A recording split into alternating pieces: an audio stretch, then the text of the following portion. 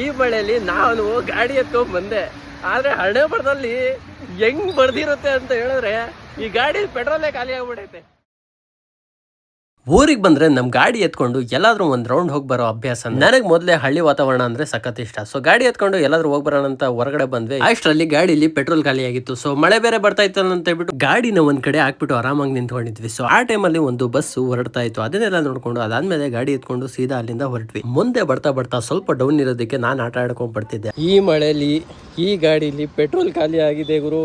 ಈ ರೇಂಜಿಗೆ ಆಗ್ಬಾರ್ದಾಗಿತ್ತು, ನಮ್ಮಲ್ಲಿ ಆಗ್ಬಿಟ್ಟೈತೆ. ಆದ್ರೆ ಈ ಮಳೆಯಲ್ಲಿ ಆಗ್ಬಾರ್ದಾಗಿತ್ತಲ್ವಾ. ಸೊ ನಿಮಗೇನಾದರೂ ಈ ಮಳೆಯಲ್ಲಿ ಇಂಥ ಪರಿಸ್ಥಿತಿ ಬಂದಿದೆ ಅಂತ ಹೇಳಿದ್ರೆ ಸೊ ಕಾಮೆಂಟಲ್ಲಿ ಹೌದು ಅಂತ ಹೇಳ್ಬಿಟ್ಟು ಕಾಮೆಂಟ್ ಮಾಡಿ.